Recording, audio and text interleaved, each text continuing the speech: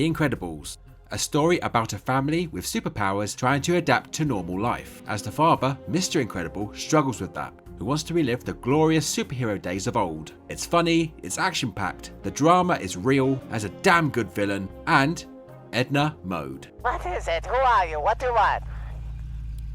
Oh my God, you've gotten fat.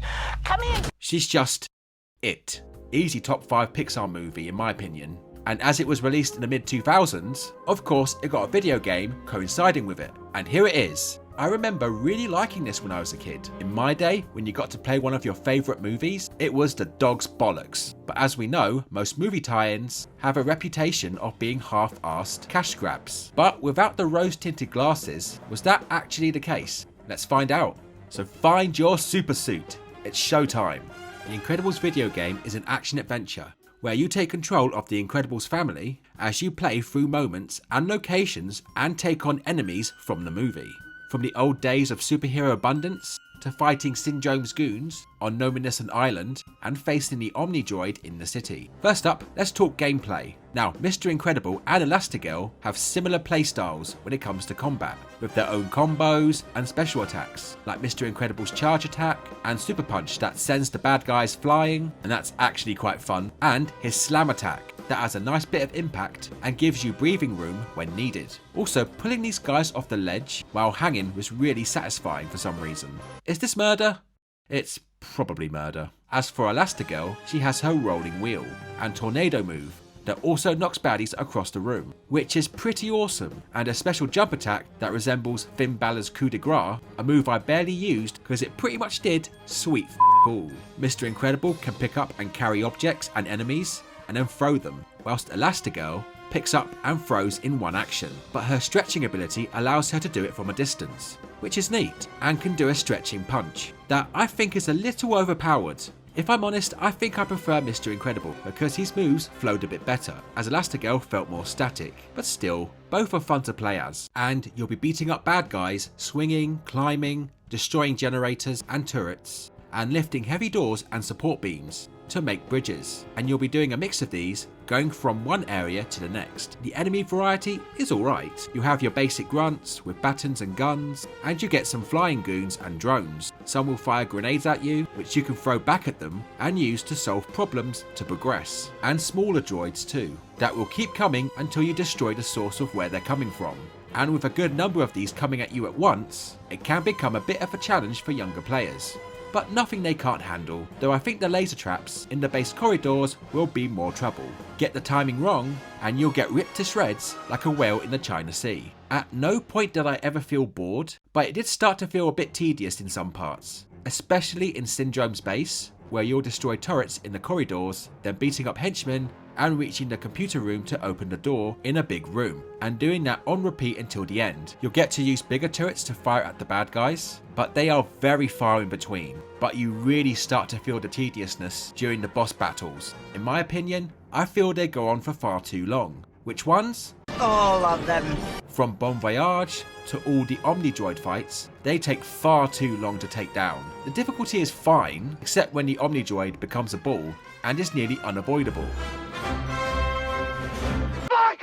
But do we really need to go through 6 dragged out sequences of dodging attacks for an opening, or clear 3 health bars? All just feels a bit like a drag for what's really supposed to be a more exciting part of the game. Fortunately, you do get a break from this, as you also play as the kids too. As Dash, you use his super speed to get to the end of the level before time runs out, whilst avoiding many hazards along the way. Now, these levels give a fun break to combat and platforming, but there's a few issues here. First off, the faster you run, the less control you'll have when turning, so you might have to slow down, which you could say is a fair give and take system, and that is fair to say. But this might sound a bit nitpicky, but when I'm against the clock, I don't want to slow down.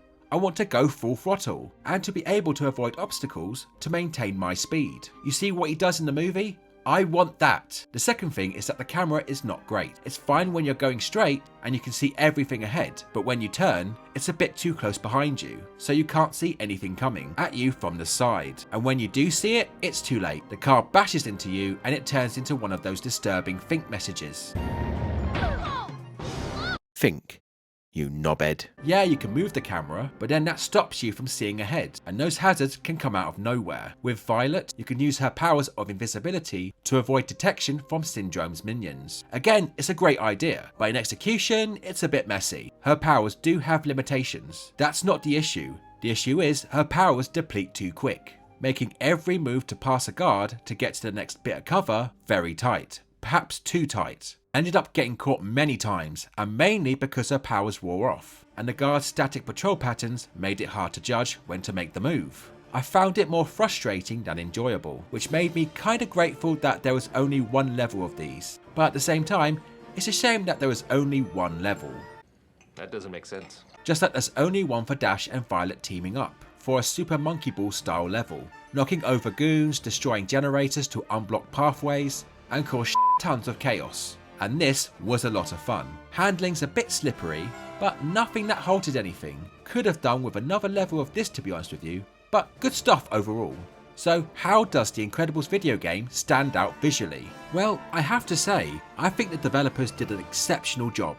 If you want your players to feel like they're in the world of the Incredibles films, this is it. The rooftops of the city in the light of a sunset is very accurate to the beginning of the film. Same goes for the island. It looks like it's been pulled straight from the film, with its long trees, vegetation and rockwork, making you feel like you're running through the jungle as Mr. Incredible. I just wish the enemies were a little more spread out, so we got immersed in the location's quiet but uneasy atmosphere, if that makes sense. Syndrome's base is a trap-filled playground filled with smashable computers you can throw at enemies, and with so many moving parts that makes you feel that evil is afoot. Although I do think others might find it repetitive running through the same looking corridors and rooms in the later levels, but you can't deny the effort that's put into this. But I want to steer back to Dash for a second to talk about his second level, with him dashing through the jungle.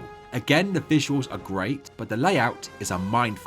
I found the balance to be off. Sometimes the path lanes are too tight, and without slowing down, you might have no way to avoid some of the boulders. And again, I don't want to slow down, and sometimes it looks like there are branching pathways that throw you off if it's your first time playing, when all you really need to do is keep going straight. And what should have been the coolest part, running on water, which still kind of is, but is also kind of bollocks. Yes, it looks identical to the film, which is awesome, don't get me wrong. But these falling rocks could have made for some cool near misses, but instead we get what I think is unfair hit detection. I'm gonna make it.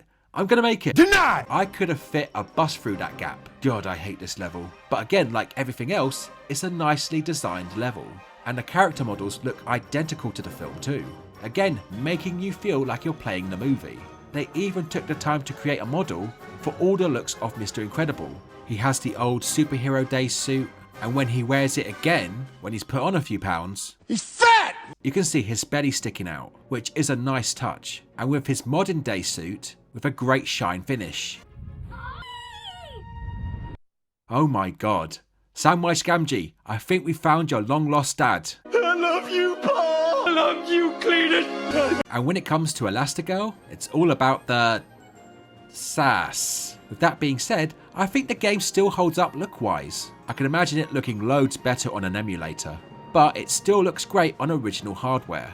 Now time for the story. And the way The Incredibles tells its story is the same way the other Disney games did it back then, by showing you a clip from the movie before you played the level. Then you play the level based around that same location at that point of the film, and there aren't many in-game cutscenes. I believe this to be a time-saving measure to make sure the game coincides with the film release date, and that's not really a big issue to me. If you've seen the film, you know where you are, and even if you haven't, I still think it's fine. Heck, it might have even sold you on going to see the film itself. Most of the film's voice cast reprised their role for the game, including Spencer Fox as Dash, Sarah Vowell as Violet, Elizabeth Pena as Mirage, and Samuel Jackson as Frozone, also acting as the instructor for the tutorial.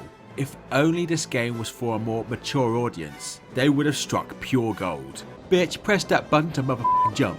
Use your stretch punch to knock that asshole the f*** out. Pull that hoe off the edge. Fuck yeah. Jamie Lee also reprises his role as Buddy / Syndrome, but he's only relegated to one bit. We even don't get him as a boss fight, which is disappointing. Mr. Incredible was voiced by Richard McGonagall this time, best known for his role as Victor Sullivan in the Uncharted series, and he's not bad at all here, though I'm not sure it was necessary to hear him breathe as he ran.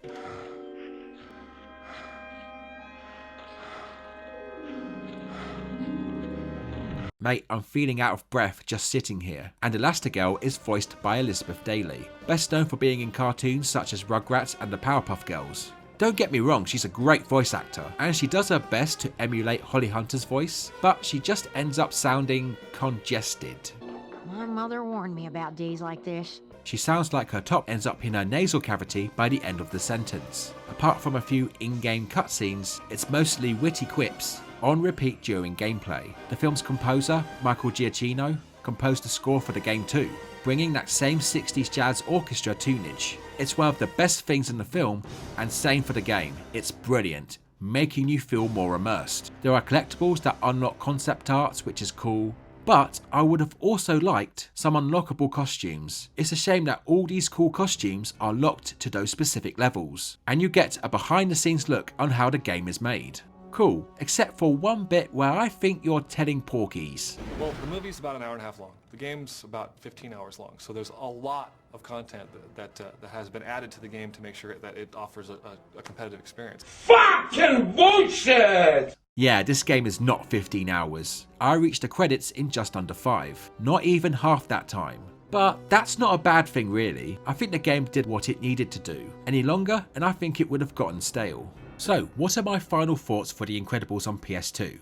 Personally, I think it's not bad. There's a lot to like about this game. The combat and platforming is a bit simple, but still fun with Mr. Incredible and Elastigirl. The visuals still hold up with accurate recreations of the locations from the film, and adding the great score that makes you feel like you're part of the movie. But even though Dash and Violet's levels were great ideas, they didn't live up to their potential, held back by some dodgy mechanics, level layout and camera. But if you're a fan of The Incredibles and have never played this before, you might like it, and under £5 on eBay, it won't break the bank. Or emulate if you have the means to. Either way, I hope you have an incredible time. And those are my thoughts on The Incredibles video game. But what do you guys think? Have you played the game? Do you have a favourite Pixar video game? What's your favourite Pixar movie? I'm one of those people that keeps changing their mind. Maybe Up? Maybe Toy Story 3? Either one of those two, I think. So do you agree with me? Do you disagree with me? Comment down below and let me know, because I would really love to know. And that's about everything for today, my friends, and thank you so much for tuning in, and I hope you enjoyed this video. If you like what you saw, make sure you like, share and subscribe. Hit that bell for notifications, hit that hype button, and follow me on Facebook, X and Instagram. I've been Titch, and I'll see you all in the next one. Take care.